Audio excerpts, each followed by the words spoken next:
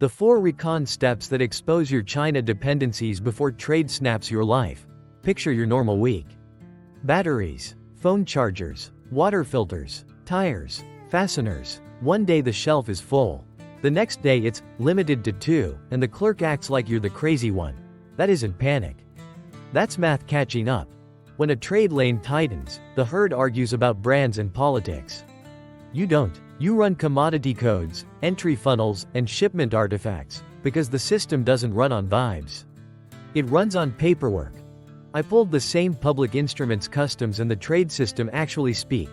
USITC DataWeb down to HTS-10 statistical reporting numbers, Census Bureau Schedule D customs districts, and the entry summary anatomy from CBP Form 7501 instructions, 4 steps. Each step has a named instrument you can verify fast. Each step has a scoring rule you can run in a spreadsheet. And each step has a cost the herd refuses to pay: time, attention, and admitting their lifestyle is a single line item. And the last step on this list, the shipment layer reality check, is the one the system hides behind paywalls and redactions. Wait for it. Geography matters, guns matter, but supply dependency decides what you can even maintain once the shelves lie to you. Your enemy isn't China as a headline. Your enemy is your own ignorance of the system's language. The other 99% shop by brand and rumor. When the pipeline kinks, they blame stores. Stores can't stock what doesn't clear customs, so you're going to run this like recon. Not like a political argument. I filtered this protocol against 4 criteria. 1. It uses named instruments the trade system already uses: USITC DataWeb, HTS, Census Schedule D, CBP Form 7501.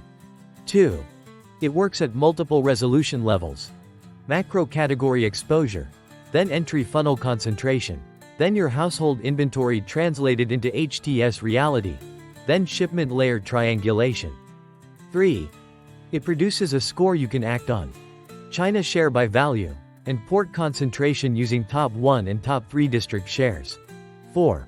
It forces a trade-off you can't dodge. Either you spend an afternoon classifying and mapping, or you spend a month improvising when the wrong spare part vanishes. 4 steps cleared. Here they are. Number 1. USITC DataWeb, the country origin X-ray. It's not made in China. It's how much of your life is a single HTS line item. USITC DataWeb is where you stop guessing and start measuring.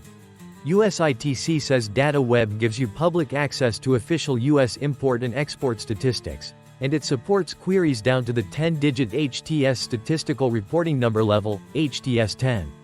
That's not trivia. That's the X-ray. Most people think dependency is a brand problem. It's not. It's an HTS line item problem. If you can't name the HTS, you don't understand your dependency. Run it like this.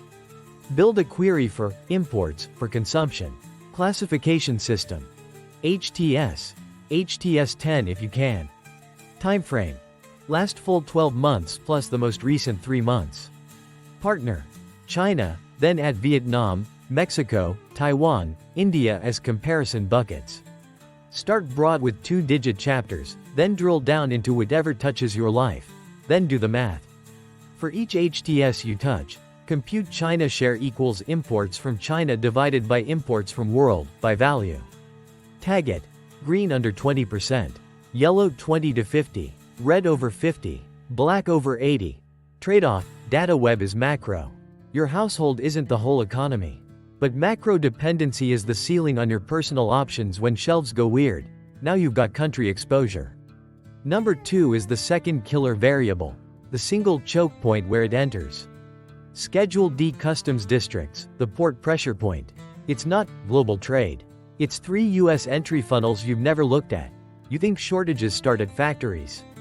They don't. They start at gates. The Census Bureau's Schedule D defines US customs districts and ports with codes. Concrete example. Seattle District Code 30, with ports like Seattle, 3001, and Tacoma, 3002. That's how the system labels the funnel.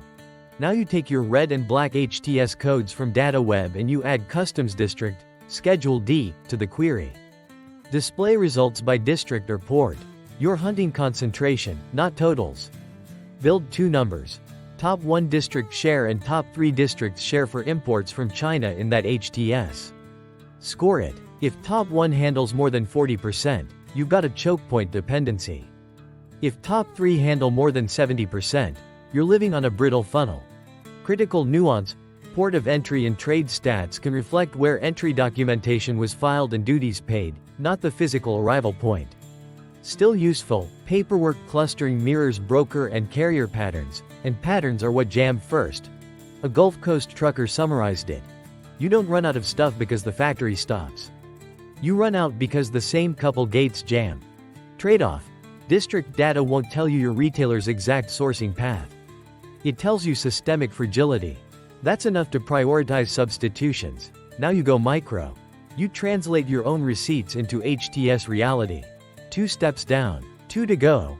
Right now you know which HTS categories are red or black, and you know if they ride a single customs district funnel defined in Schedule D that already separates you from the herd.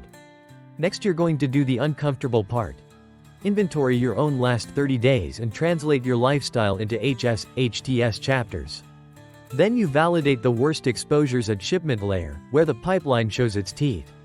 Keep up. Number 3. Household HTS translation, the receipt router. Turn your lifestyle into HS chapters. Then score your own fragility. Stop thinking like a consumer. Start thinking like a classifier. Your last 30 days of receipts are a map of your weak points. If you force them into the system's language.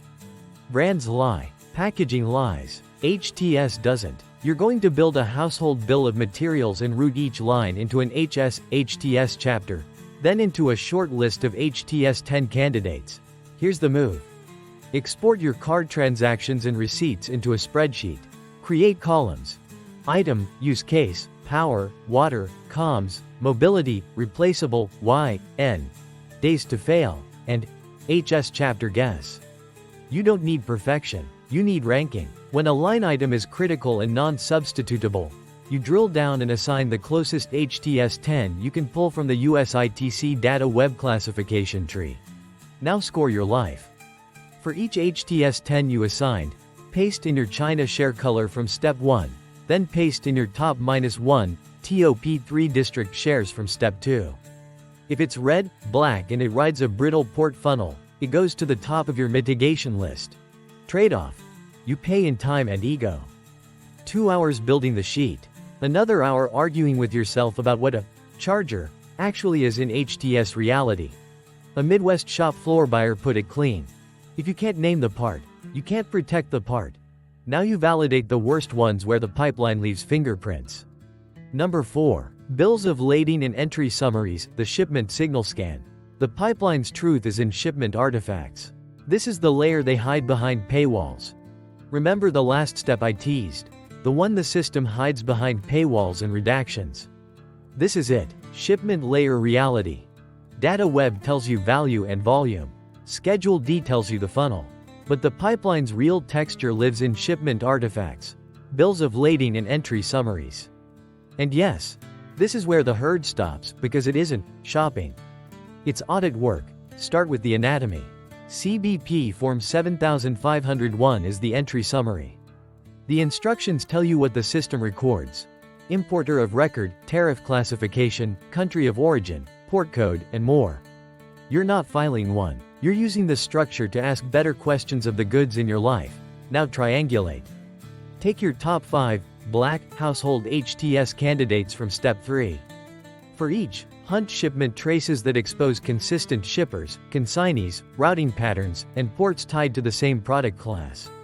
When you see repeating gateways and repeating intermediaries, you're staring at a single point failure dressed up as a marketplace. Trade-off: time and access.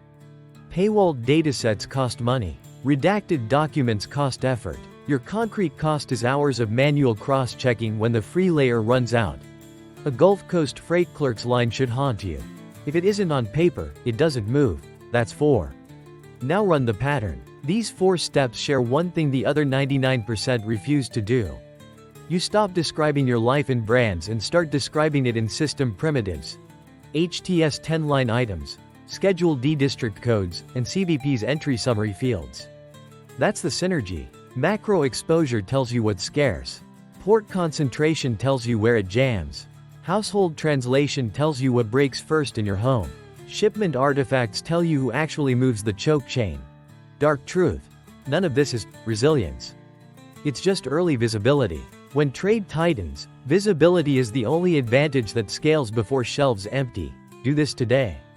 Pull your last 30 days of receipts into a sheet and tag each line with an HS chapter guess.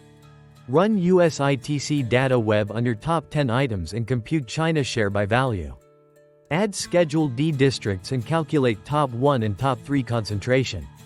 If you can't name the codes, you're volunteering to be surprised. Geography doesn't take bribes either.